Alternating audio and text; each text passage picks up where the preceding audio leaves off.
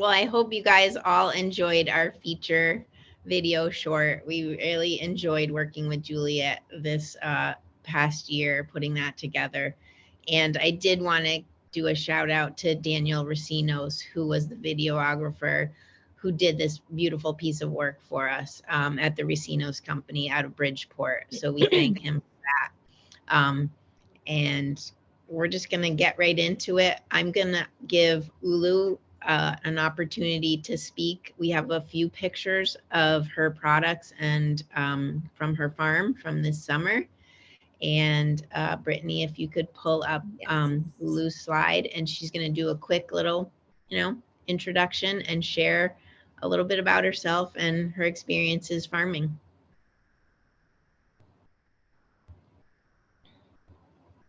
Hi, everyone.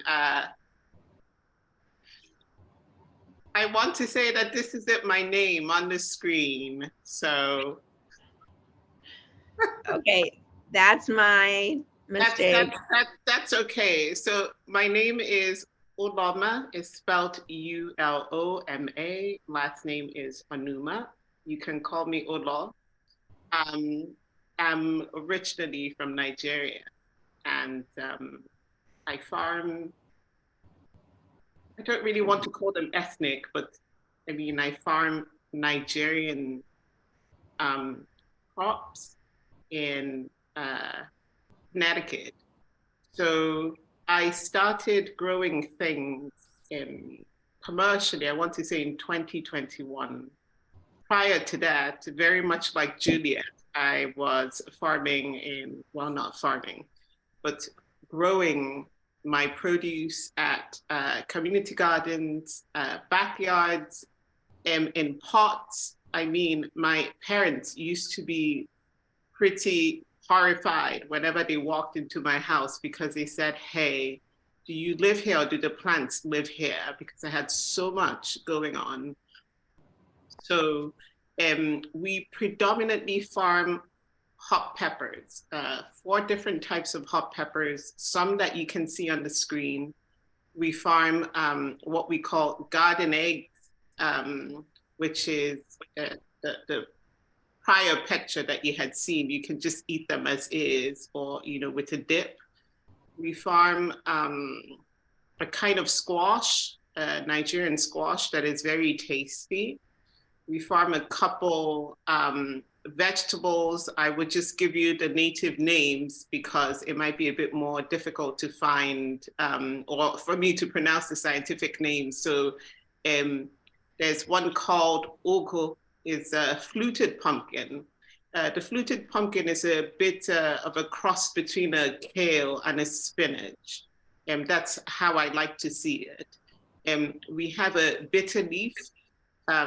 The bitter leaf has a lot of medicinal properties. Actually, we farm a couple of things: hot peppers, vegetables, garden egg, squash, and a couple other things. But pretty much everything is from Nigeria. And as I said, we started farming in 2021. The name of the farm is called Olari's Farm. So Olari is a short form of my full name. And it really just means precious. And we gave the farm that name because we believe that what we're giving, or what we're giving in terms of time, in terms of passion, in terms of love, in terms of produce, is really, really precious. So that's why the farm is called Olari's Farm. And why did we start farming? Very much like Juliet, I grew up farming. Yeah. Back home in Nigeria, we just had, a whole expanse of land, and you would grow pretty much everything.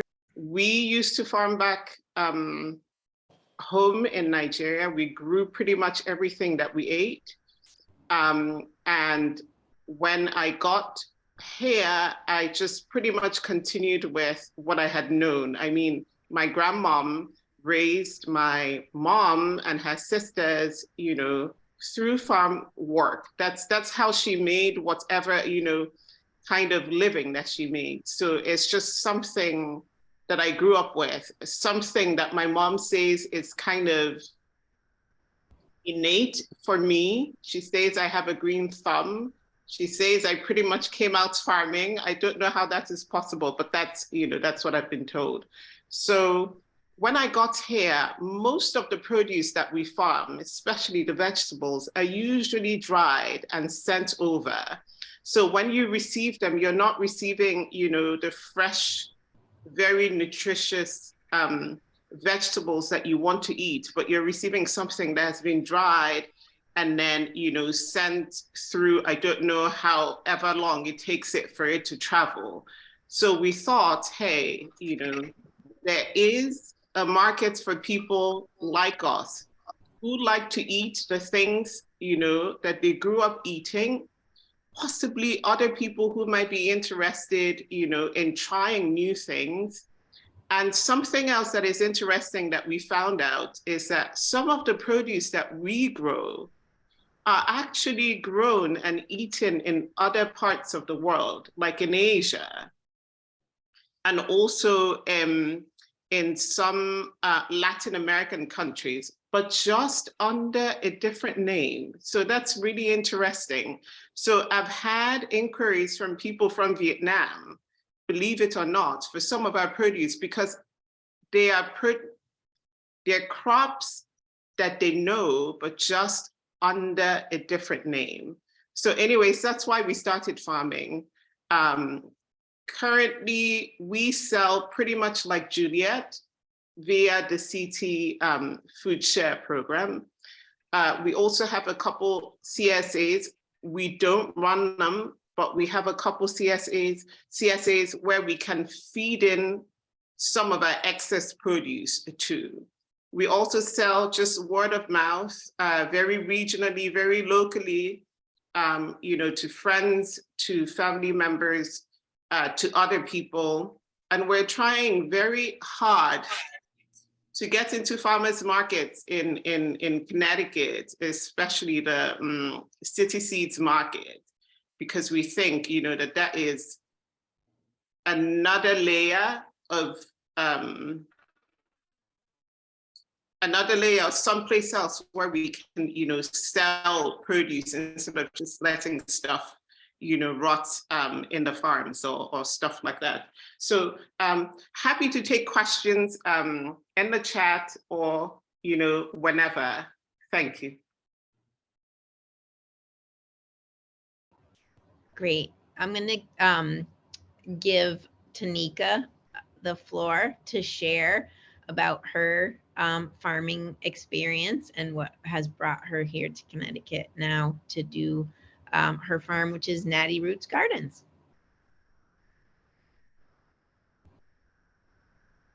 Hi, can you hear me?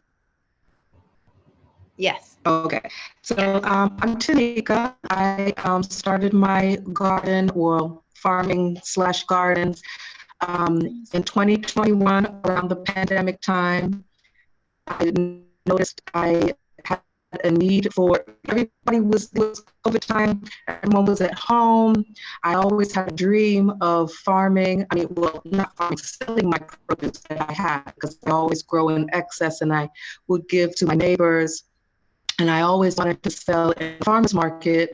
And so COVID gave me that opportunity. Everyone was scared to go to the grocery store. The lines were long. So I set up a stand in front of my yard where local neighbors, after they finished from work, they could just walk to my home from their home and buy for the day life. I live in a predominantly Caribbean community, so I grow things like callaloo, I grow hot peppers, okra, mint. These are things that Jamaicans love to eat. They love their mint tea and callaloo, tomato, and thyme. So all those are some things that I grow: lemon balm, lemongrass, holy basil, a lot of different herbs. Squash is kalasa. It's like a Jamaican pumpkin. It's a little different from the pumpkin that's grown here in America. And after I saw how I had success with the farmers market at my home, it gave me the drive to do the farmers market outside of that. So the following year, I got linked up with Knox Farm, and I'm in an urban farming program there. And I use the greenhouse to grow my seedlings, and then I have a garden community plot where I grow my things. I also grow things in my backyard, and I work with Harvard Food Systems and grow a small farm for them on the Oak Hill School, and they distribute the food to the CSA. That was my farmers market that I started outside of my home. I think it did really well. That's why I moved on to Tanica, I'm sorry to interrupt for just 1 second. Your audio is a little bit off, so maybe just try to stay a certain distance away from your monitor. So you can get a little bit better audio on it. What did you miss? Everything? No, we're catching it. It's just a little bit spotty. Okay. I was trying to change to a different computer while we were talking, but oh, here it goes now. So I work. I sell to CT Food Share. I also sell to West and Farmers Market, and it's a struggle getting in. I know someone that she's trying to get into the farmers market. It is not easy. It's a long process. Connecticut does not make it easy for business owners to start a business, but I was determined. I went through the process, and I'm happy because I farm twice a month at the farmers market, and the excess I would sell to CT Food Share, and then I sell to people in my community. I would drive around to the Jamaican restaurants because they sell hallelujah. I drive around to even the shops where the men are fixing cars, and a lot of them would buy produce to take home. And that's a little bit about myself. Great. Well, thank you very much for sharing. We are going to do a little a la carte questioning. And so our speakers and panelists are going to be continuing to talk about some of the challenges and a little bit more about their business. So maybe Juliet, if you'd like to go next and share a little bit more about your business through one of the questions that is in the chat.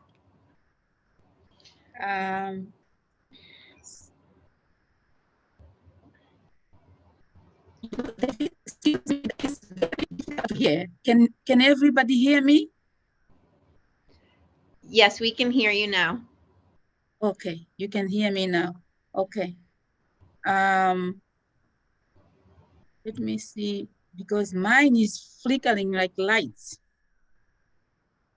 Your voice seems clear for me. How about for you, Brittany? Yes, it's clear for me. Okay. Yeah, so I will introduce myself again. My name is Juliet Muhenga, and I'm originally from Zimbabwe. And I farm in Simsbury, which is a Gifts of Love. I came to this country in 1993, and I had this passion for farming. Yeah.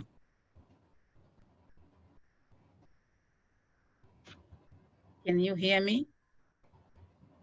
Yes, it is doing a little bit of the same thing as yeah, it is. Oh my God. Because on my side right now, it's like, okay, I hope everyone will hear me. So when I came, I had this passion of farming because I grew up farming at home, and that's all, how to, survive. And everything that we ate, we had to grow from our farm, our small farm. And my specialty crop that I grow is African corn. And I think Uloma,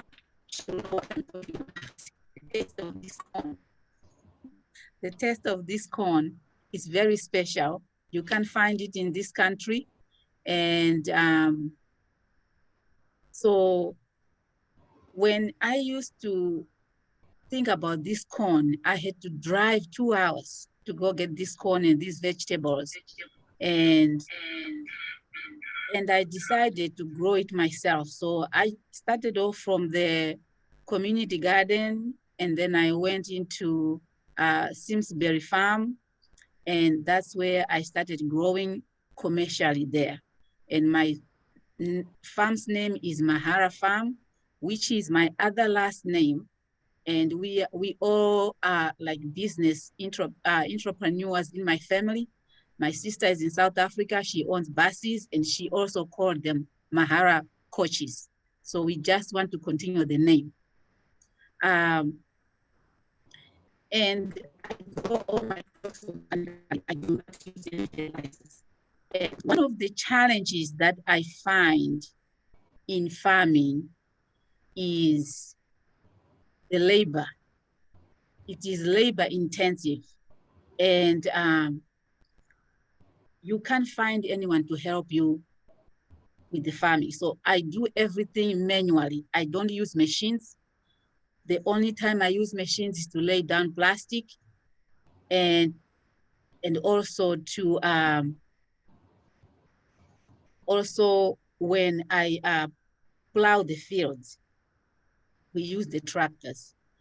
But other than that, the weeding, the watering, everything I do manually, which is very labor intensive. And I also own a business on the side that I run 9 to 5, and in the nursing industry. So, and also another challenge in farming is land access. We don't much find land easily to say, I'll be farming here permanently. It's not like that. So those are some of the challenges I have found in my experience of farming in Connecticut. I think that's much about it. And is there anybody with any questions or? No, that's great, Julia. We can have folks put any questions in the chat, and we can have them directed at anyone in particular if there was a question that they had. Otherwise, we can circle back around to Ulu. And I just had asked Tanica to sign out and sign back in to see if we could get a little better audio. Sometimes that fixes it. So she'll be back with us in just a minute. So. Can you hear me? Yes. I can hear you. Okay. Yes, I changed to a new computer. Okay, good. Okay. Oh, great. Great. All right. So just very quickly, I mean, I think Juliet has captured pretty much, the challenges that I have faced as well, right? So there is the issue of labor, and I'm farming on a 3/4 acre farm, which is small by farming standards. But there is that problem of, labor, access to land. Before I landed here, it took me a very long time. It took me a really, really long time, I have to clarify, to find land to farm on. So even though I had really good intentions, I knew that I wanted to, provide something that was nutritious. I knew I wanted to do it as organically as possible because that's how we farm, even though we're not certified. Finding the land was challenging. So if you're trying to find land, just know, this might be something, but you just have to keep at it, spread the word out as much as you can, lean on other people, for information. We actually found our land that we're currently farming on by putting an ad out in a, I don't want to say it's a regional newspaper, but there's just some newspaper that we found. And we said, hey, we've tried pretty much everything else, so why not this? And then we had a very wonderful landlord read it and say, hey, you know, I'm interested. And that's how I made that connection. And that's how I found the land. So don't be afraid to try things that might look and sound a bit more unconventional when you're looking. The other challenge, at least for someone like me, has been funds. Access to funds, especially when you're not a registered entity, right? So that is something that you also have to keep in mind, because most of the grants that we find are usually for incorporated entities, right? There are funds for beginner farmers, but then just the structure and the processes, you know, don't work so much for someone like me or for my farm at the moment. So you need to keep an eye on that. So those are pretty much the challenges that we've faced. And maybe on the flip side, I should talk about how, you know, we've been able to manage, or that we're managing, because we've not managed them 100%. So the CT Department of Agriculture has really good resources. So does UConn. Won a couple listservs where we get to, you know, share information or find information, you know, from other farmers. Your FSA is also a really good resource if you have one. I mean, you should have one. What else? And then some not-for-profit organizations that are really tailored, you know, towards helping either connect people with land or to other resources, you know, that they might need. So those are some of the ways that we've been able, or that we are managing, not yet 100%, but that we're managing some of the challenges. I find that I have a lot of the same challenges too. I don't have any farm help.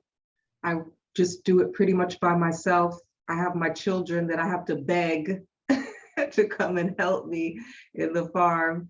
I wish I knew of different places to go to get volunteers. I see Nancy in here, and luckily she was one of the people that helped me in the beginning when I was a master gardener, and I would go there and volunteer at one of the farms she had in Windsor. And I wish I could find other volunteer help so I could, you know, be more productive in the farm and get more done. And I find another challenge is I'm currently with Knox Farm. They're urban farm. They have an urban farming program, and they're supposed to have a lot of funds to help us along the way to get our business up and running. It's a 3-year program, and it's just been a real challenge the whole way through, because that's a whole different story. There's a lot of politics and red tape and things not being run properly. So we as students are getting the short end of the stick. And so I find working with Knox is also a challenge in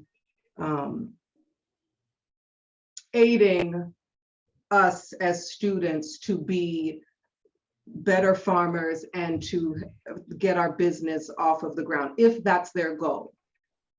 Well, that's supposed to be the goal.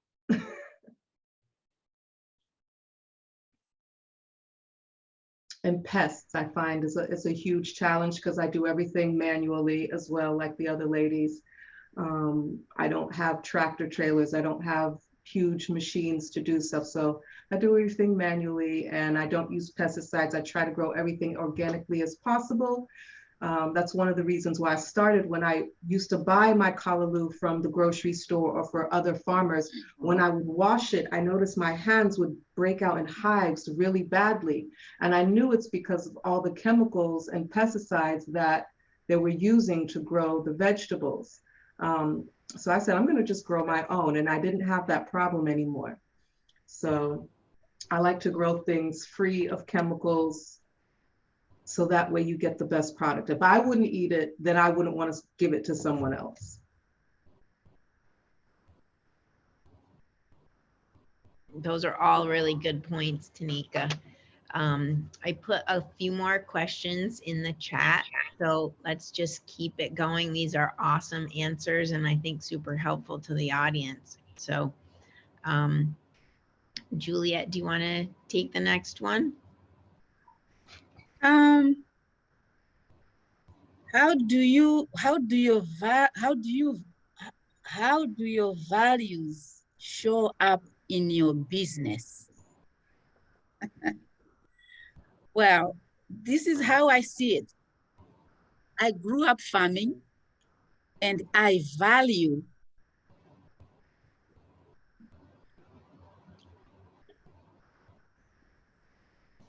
pesticides, no fertilizers. And I value the fact that when I grow my own food, I know where the food is coming from. I don't have to question anybody. How did you grow this food? Where did it come from? Or any questions. I know exactly how I grew my food. I know exactly how I, how I would want to, share those vegetables or the corn with my friends, my family, and the community. So I value that a lot.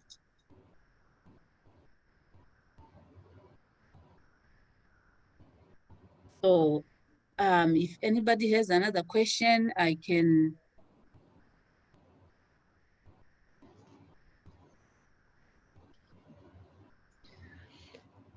Or do you want to answer the other questions, or we want us to go down the line answering the first question? Why don't we have Ulu, if she sees one of the questions that Brittany put in the chat, and we'll take turns and then we'll circle back around for you, Tanica. It doesn't have to be every single question. It's whatever you're up for. If you see a question that you'd like to share about, that would be awesome. Sure. I mean, when I think about values, so how do my values show up in my business? I think some of my values are, being very honest, treating other people the way that I want to be treated. And so when I translate that to my food, I think I'm asking pretty much the same questions as Juliet. Do I want to eat what I'm producing? Would I feel good eating what I'm producing? Would I, is this something that I can have in my home, in my body? And if the answer for me is yes, and this really translates even to the other businesses that we run and that we do, the ethos is always what we would want for ourselves. So that's pretty much the way that our values translate into farming or into the business. We run it very honestly, very transparently, and again, just with the mindset that we want to produce something that is sustainable, that is nutritious, that helps to heal your body and your mind, because again, some of these vegetables that we're growing have medicinal properties, and that we can stand behind. So that's pretty much it. That's awesome. My values, as I've said before, I know that I wouldn't want to grow my food with Seven or Monsanto products. I wouldn't want to spray, what's that one Monsanto makes? That weed, Roundup. I know that I wouldn't want those things on my food, so I wouldn't grow food with that on it either for other people to eat. So that's where I stand with my values. Like that's the main value system when growing. Grow food that you want on your table. You wouldn't do this to the food you're eating, so don't grow it for anyone else to eat. And to answer the other question about where does your business fit into the agricultural ecosystem? What businesses do you depend on, and what businesses depend on you? I depend on farmers markets, restaurants, food shares, churches. I had a church that I donated to every week. They would take the produce. They had a program where they would get, it was like a CSA. They would get a bag of produce for each participant in the church, and I would provide some of the produce that went into the bag.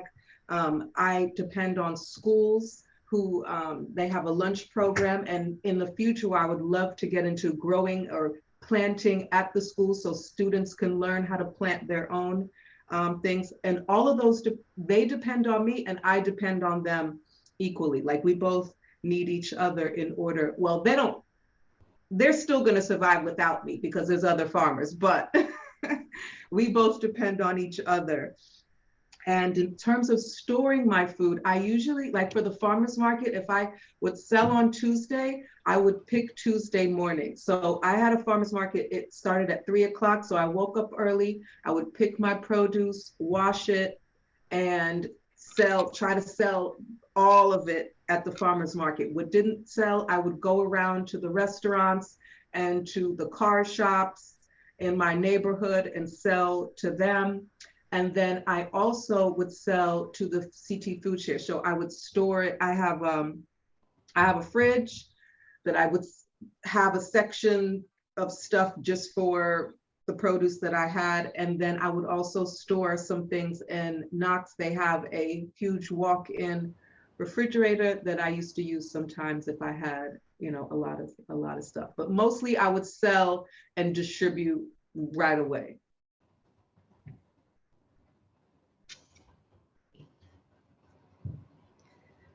We're going to drop another couple of questions in the chat. So if anyone from the audience does have anything, we're going to be keeping an eye on that.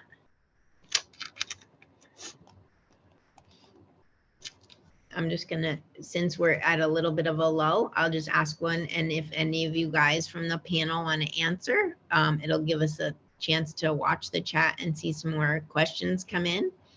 But one of the questions that I have is, when you're like trying to make decisions, like how do you go about like making an informed decision?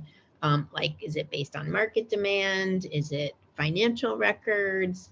Some of it could be land access as far as maybe scaling up.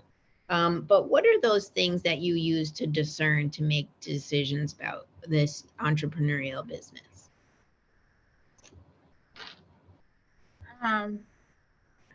For me, as a business owner already,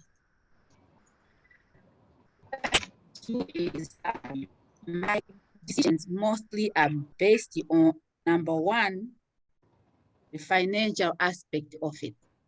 Can I afford?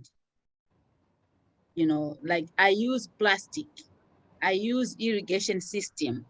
Can I afford to purchase all the equipment that I need? And also my revenue from my farm. I also have to think about that. And number two, I make my decisions also based on the marketing. I have to strategize on how to market myself.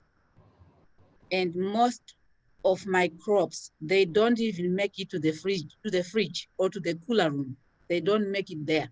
is from the farm to the community already. The moment I post all my crops on my WhatsApp profile, by the time I get home, I might have 20 to 30 people who wants to buy right away. And they'll be like, we are gonna be there by tomorrow. So I look at marketing. So that's pretty much how I. Ulu, is that, do you want to share a little bit? I mean, I want to say that it's pretty much the same considerations, right? You have to look at income, you have to look at expenses, you have to look at the market, you have to look at demand. But then I think additional things that we look at is, you know, added, like value added products that we can, maybe that also just, maybe that's also just a part of the demand and the markets, but we also look at beyond this specific product as it is there something else that we can do to it, right? That can kind of expand the markets that we have. So let's say the peppers, you have the hot peppers, you can sell them as is. Can you make some kind of hot pepper jelly, right? That's really fantastic. Can you make a hot sauce? Can you make different things, you know, with it? So I think for us, that's also kind of the things that we think about. But yeah, pretty much, you know, just income, expenses, demand, markets. What else? Added value or value added produce or things. Yeah, so I think pretty much, yes. And also access to, you know, like the ancillary things like, you know, can you find the land? Can you afford the land to scale? You know, do you have the labor? Do you have the time? Do you have the resources? Can you find them? Is it easy? Yeah. I look at demand. For example, last year, I only grew callaloo for one farm, and I realized how well it sold. So I'm deciding this year that I need to grow more. Did I say collard greens? Yeah, I meant to say. So, yeah, so collard greens, I'm gonna expand and grow more this year because I see a lot of people liked it. I notice a lot of people would like me to wash and cut my callaloo.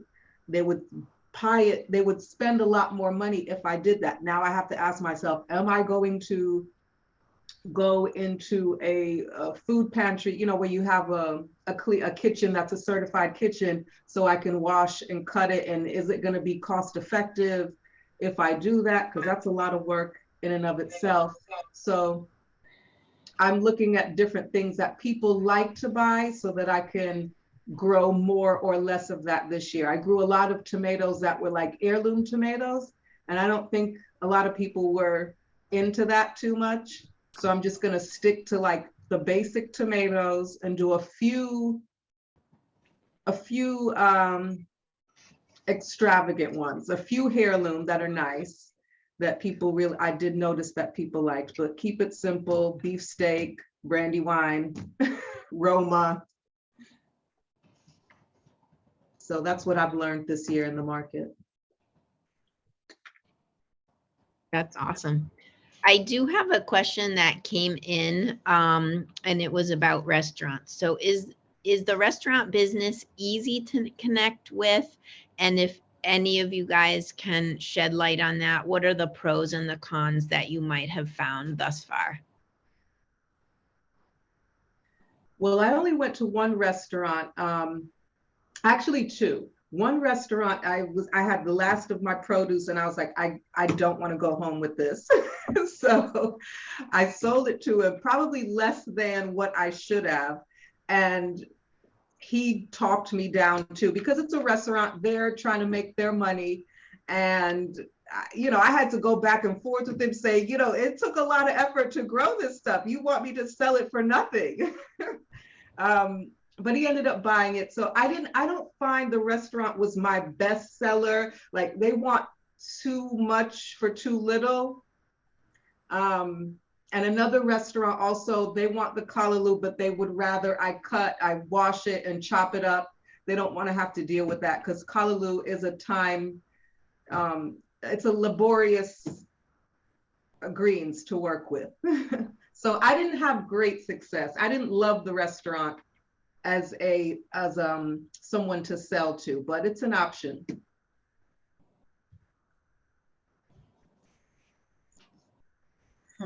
For me, for the restaurant, I never tried, and it doesn't hurt to try, because pretty much what I grow is from Africa, and nobody is really used to what I grow. I would have to explain to them how to store. And like my corn, if you harvest the corn today, you have to go and cook it today. Because otherwise, if you cook it tomorrow, it's stale. You won't be able to taste. And the vegetables, some people find it hard to prepare them because they don't know. They just have never had such kind of vegetables before. I have never tried to go to any restaurant.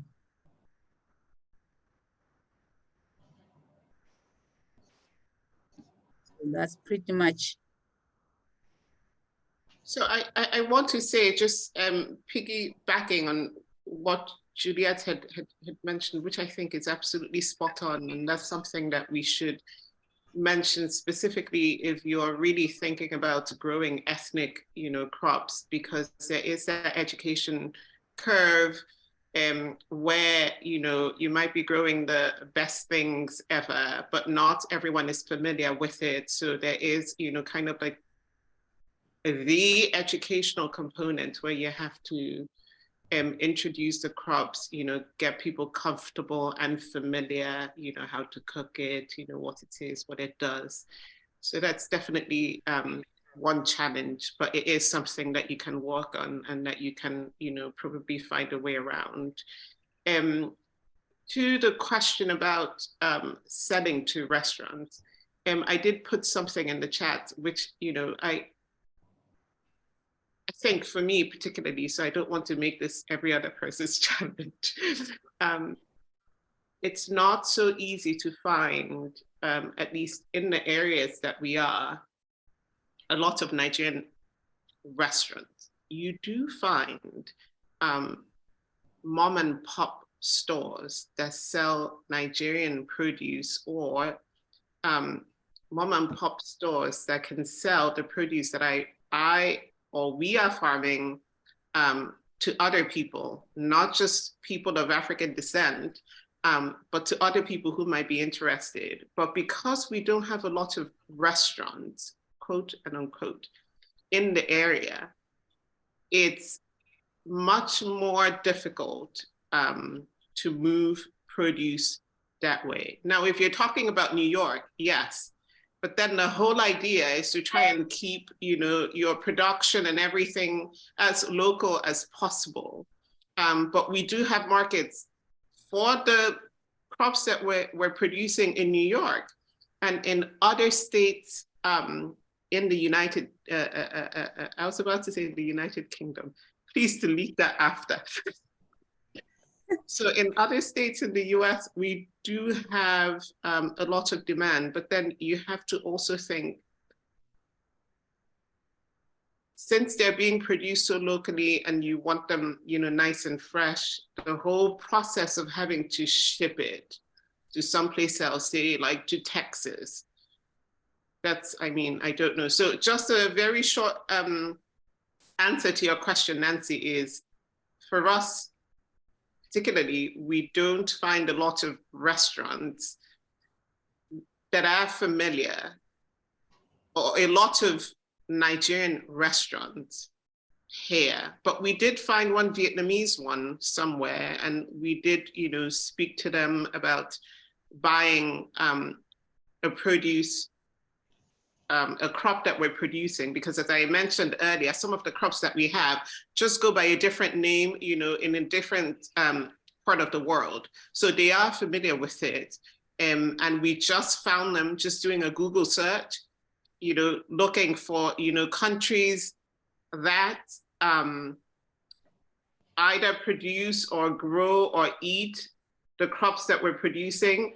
And then from that, we extract, okay, in Vietnam, they grow, let's say, the bitter eggplant. And then we start looking for Vietnamese restaurants, you know, around, or, you know, say in Latin America, they eat this particular crop. Then we start looking for, and then we just cold call, you know, we cold call. That's what we do, and markets as well.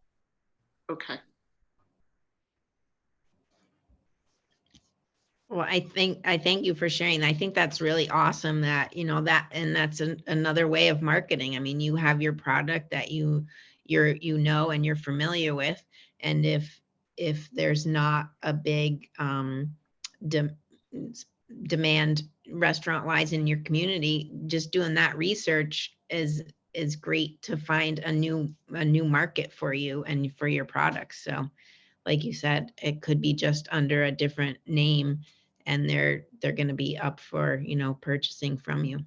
We did have another question that came in, and it was about Juliet's special type of corn, and they're wondering if you can share a little bit of where it came from and what makes it special.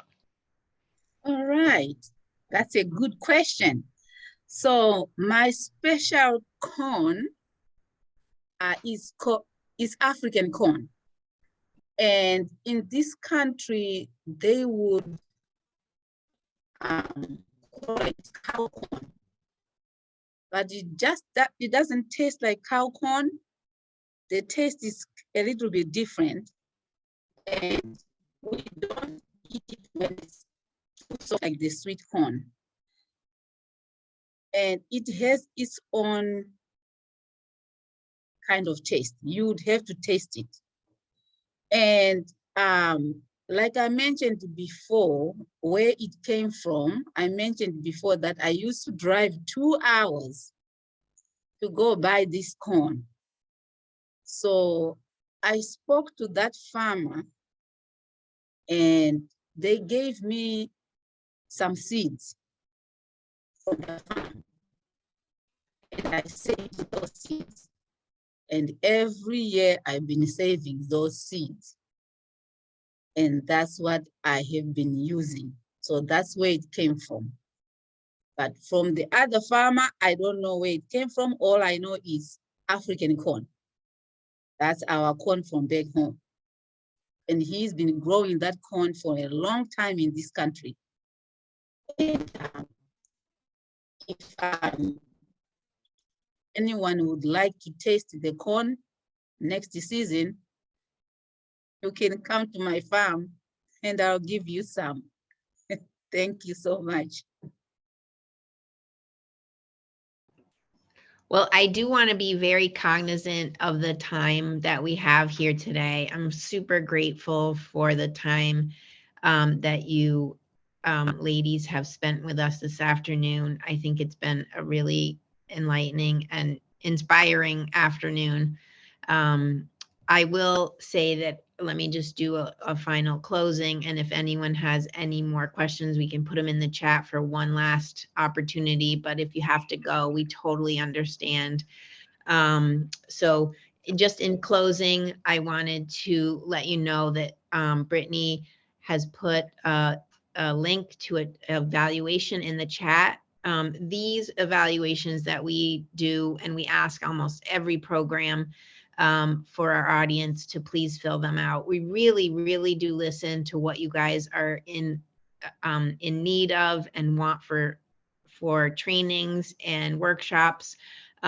We got to do some programming anyway. We certainly want to be of service to you guys and to what your needs are as farmers out in the field. And unless you're telling us what you need, we just do the best that we can to have our finger on the pulse of what your needs are. So if you can fill it out today, great. And if not, we're going to follow up with an email this week, and we will also put the link in that. So thank you again for attending, and just know that UConn Extension and all our extension educators are here to help you guys, tackle issues that are in the field. We have fruit specialists, vegetable specialists. We have a lot. We have a livestock specialist now. We have a new fruit person who just came on for small fruit. Certainly, like I said, we're at the end of the phone to point you in the right direction to whatever, technical assistance that we can support you with, and all of our other programs. So join our listserv. Watch out for the millions of emails that we send you. Some are on funding, some are growing, meetings, just support services for a lot of different things. So Juliet, in closing, are you still looking for land for the spring for growing?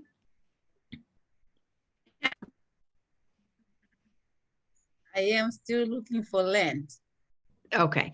I just want to throw it out there that, one of the biggest things is farmland access, and Julia has her feet to the fire this year. So if anybody out there knows of land, reach out to us. We can try to, make a match. We do farmland mixers and other things. We're always trying to pair, new and beginning farmers with land that is out there, wanting to be farmed. So thank you for that and for all of your time. And we really do want everyone to have a bountiful growing season. And we appreciate everything that you do to keep us fed and clothed, and, are happy to be of service for you guys. So if there's any other questions, last minute, throw them in the chat. And if any of the panelists are still here to answer, we'll do that. And otherwise, we'll wrap it up. I saw a question about where I'm from. Somebody helped me out, I guess, because of the quality of the audio or something. I just wanted to mention that I'm from Zimbabwe, southern part of Africa. That's where your audio is coming in and out again. I don't know. It was pretty clear for a while, but just maybe either come closer or away from the computer screen or the audio and see if that helps. But it does look like someone added a little information about some land in North Guilford. So we'll write it down, and I'm going to write that number down. So thank you, Melanie, for that. Thank you. Thank you so much. Yeah, so, all right. Tanica, thank you also very much, and Juliet and Brittany for all the support and contributions to today.